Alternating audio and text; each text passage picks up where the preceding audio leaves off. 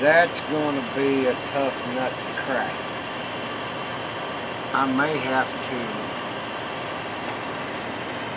leave a lot of air in the trailer and fix the handle, the trailer valve handle, so that it won't move, so it'll stay elevated. Because right now, you'd be lucky if you could get a pencil in there. And going down the road, going...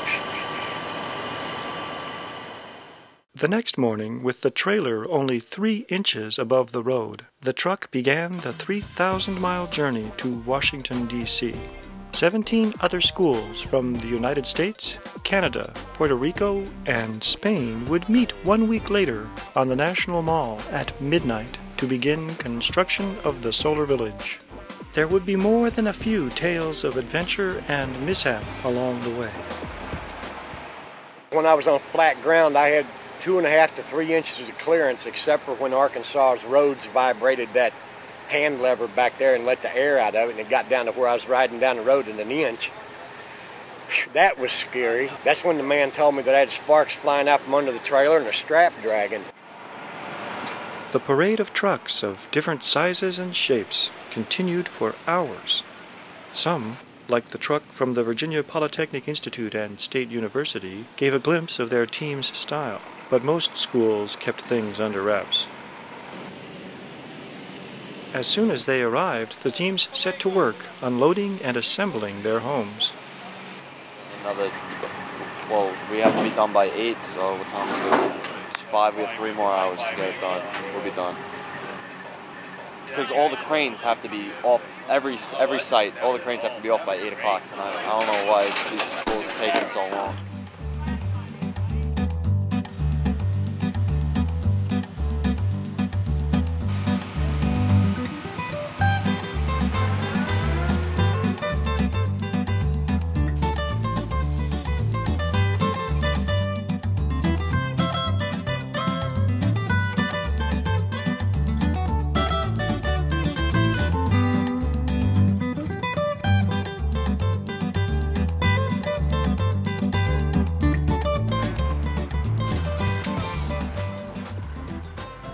We're not doing too bad. I'm seeing a lot of cranes still, and I'm seeing a lot of buildings that aren't even unwrapped yet.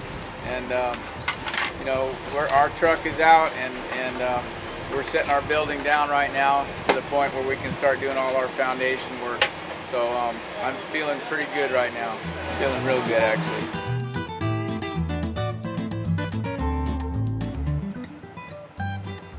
The teams were given 1 week to complete their houses before the start of the competition. Cal Poly had one of the simplest designs. Many of the other homes were much more complicated and sometimes required unusual construction techniques. The whole roof is on a hinge system designed by a Colorado architect, and the roof is hinging up. And we have to do it to all 4 sections of the house, raise the roof up. Ready, set, up, 1, 2, 3. They're actually quite light. They're only about 300, the whole roof section is only about 300 pounds each, so with that many people it makes it quite light. It was a long week, with the teams often working over 16 hours a day to complete their homes and install their solar equipment, like the photovoltaic panels which would turn sunlight into electricity. Solar thermal panels were also installed to heat water with sunlight. All over Washington, D.C., signs and billboards announced the upcoming Solar Decathlon. Unfortunately, they list the wrong opening date, saying the event will start 1 day ahead of schedule. Well, that means that instead of being prepared for Friday, we have to move everything a whole day in advance, so it'd be done a day ahead of time. Which means we have to work twice as fast. With the beginning of the competition fast approaching, the teams work late into the night.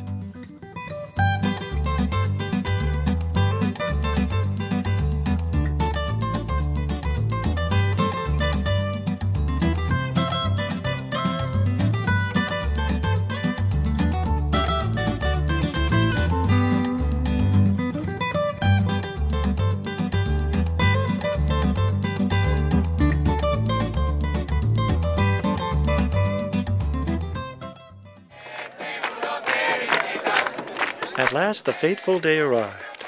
With Puerto Rico leading the way, the teams assembled for the opening ceremony.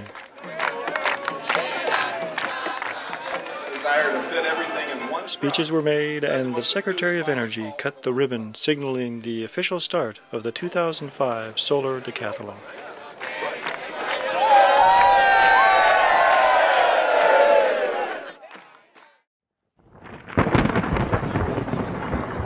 Something else arrived on opening day: rain, an unwelcome sight for many of the teams.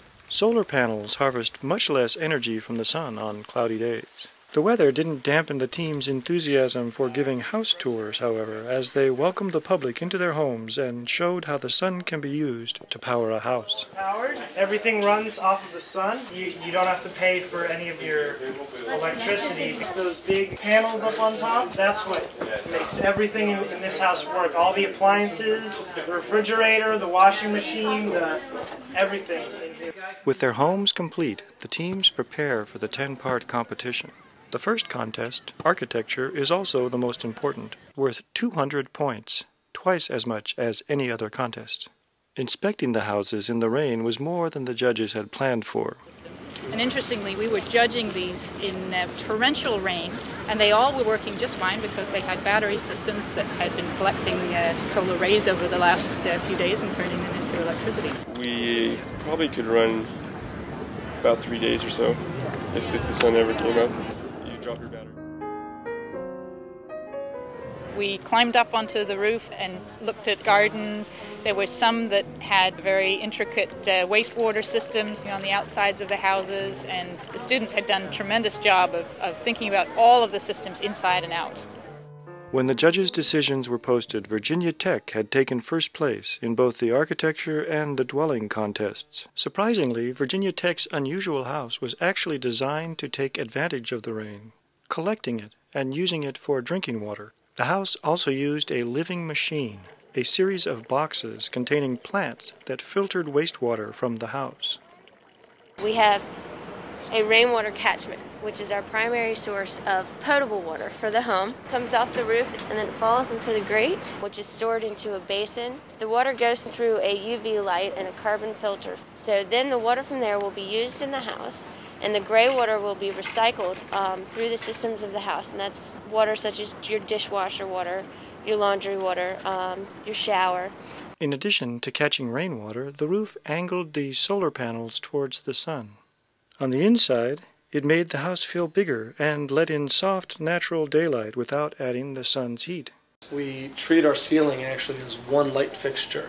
We try to use as much natural daylight as possible.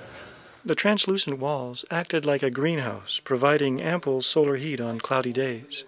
To avoid overheating on sunny days, the walls used a special feature. Even on a cloudy day like today, you can see it offers a fair amount of bright light, but you can imagine how bright it would be on an intense sunny day. So we incorporated a shade device inside to allow the people in the home to be able to control the quality of light coming through. The Pittsburgh Synergy team also used a translucent wall, this time on the north side of the house, where overheating is not a problem. This is extruded polycarbonate. We've used it on the exterior of the house on the north side. You can see that there's a very nice daylight quality to it, a lot of natural daylight coming in, and so it really opens up that very small space, but at the same time it's also very cost efficient. It's an R9 value. It's much better than glass. It's where you have like an R5. I mean, yeah, you can get a window for R10, but you're not going to get it at $8 a square foot. Cal Poly took second place in both the architecture and dwelling contests. They had no time to rest, however, with a cooking test coming up and their oven not working. Well, the oven's been really fun. We have a cooking task in about half an hour, and so we have an oven being installed a half an hour before the cooking task. We're only behind 8 points from Virginia Tech. They got 200 points for architecture, 99 for dwelling. We got 192 for architecture and 95 for dwelling. So we're in the running. Every point matters. Call in now. I'm going to throw the power out. We're going to slide this up in there. It was up there. Oh my, that's the same thing we were doing before. 2 of them brand new, couldn't be done. In addition to their oven problems, Cal Poly had to perform their first hot water test. Well, we have to provide 15 gallons of 120-degree water. Well, it's actually 110-degree water they want. He should be here in about 5 minutes. Okay,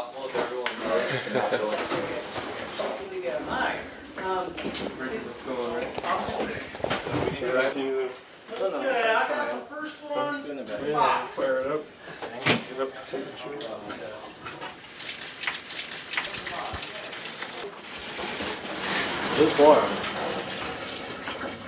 The cloudy weather caused water heating problems for other schools too, especially Puerto Rico, which used hot water systems more than any other team.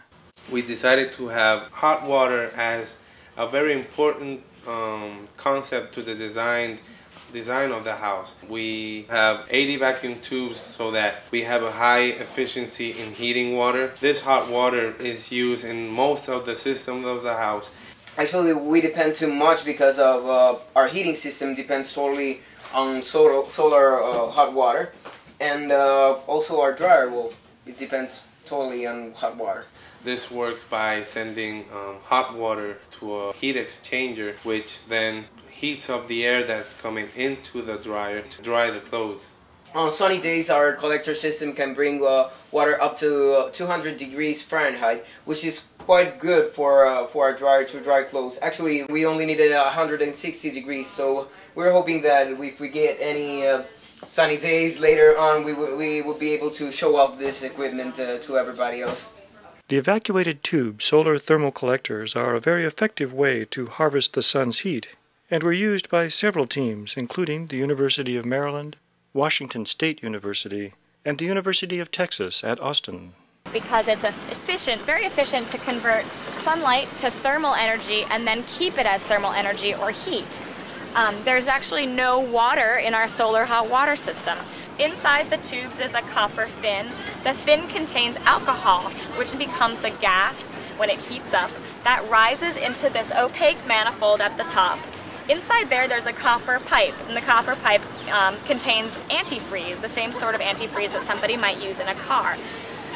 That heats to 350 degrees. That's super hot, so that's why it's insulated in that large pipe. So when you touch it, you wouldn't get burned. None of this would get hot, so that's why I can touch it right now.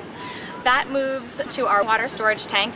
That's for space heating needs. We have a radiator with a fan behind it. That's a fan coil unit, and that's how we heat the space. Blowing air over hot water pipes is just one way the teams kept their houses warm on cloudy days. The University of Maryland ran hot water through pipes in the floor and let that heat radiate into the room. Growder College took a different approach, running hot water through the ceiling instead. Our radiant system is on the ceiling of our house. Just like the sun radiates heat through the vacuum of space down to the earth, we can radiate heat from the ceiling. So it's not like convection heat where it's going to rise and stay at our ceiling level. It is going to actually go from the hotter source down to the cooler source. We can actually put cold water through these tubes as well to absorb the radiant heat out of the house.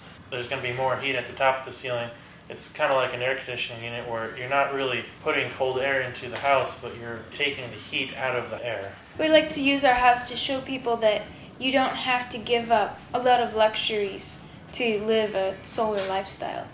We have the wine chiller, we have a whirlpool tub in the bathroom, we have heated tile in the bathroom that's actually set on a programmable thermostat so that we can turn it on, say 15 minutes before you wake up in the morning. You never have to walk across cold tile when you get up. Many other team bathrooms were as striking and innovative as their houses. Throughout the bathroom, we really want to emphasize water efficiency, so we went ahead and chose a lot of low flush and low flow appliances.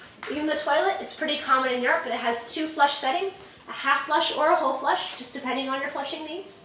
We really were conscientious about all the decisions regarding the materials we made. So the floor tile, for example, it actually has a really high recycled content. It's made out of recycled glass, and the material that's used as a screen throughout the house, as well as the walls in the bathroom here, it's actually made out of recycled plastic. It's a resin material. We like its light quality and its architectural feature quality.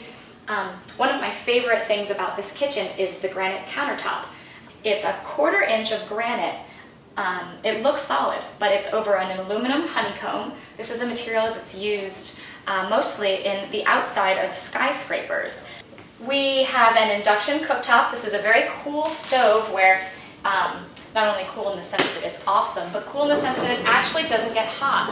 If you are cooking on it, it uses an induction process. You can use cast iron or stainless steel pots, and they get hot, but this surface stays cool. So you can always touch it. You don't have to worry about it. If there's kids in the house, they don't have to worry about burning themselves on the stove. Like several other schools, the Texas team used natural air currents to cool their house. So you can see, for example, when the doors are open to the south and the windows open in the bedroom, it actually provides cross ventilation, drawing air through the house and creating a nice breeze through the house.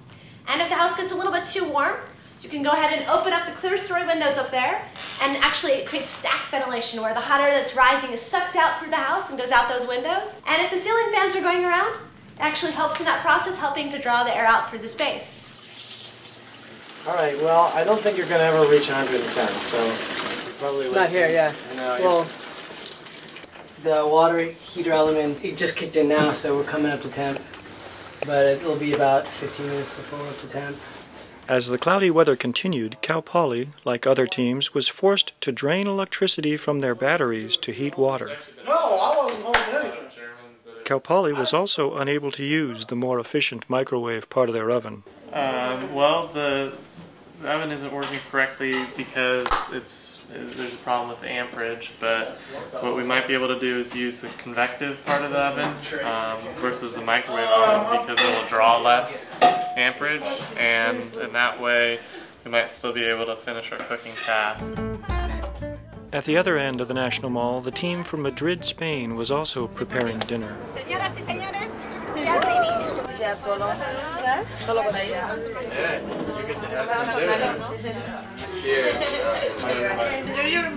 We weren't able to see our house finished complete in Puerto Rico, so this is the first time we get to see our house completely, fully working.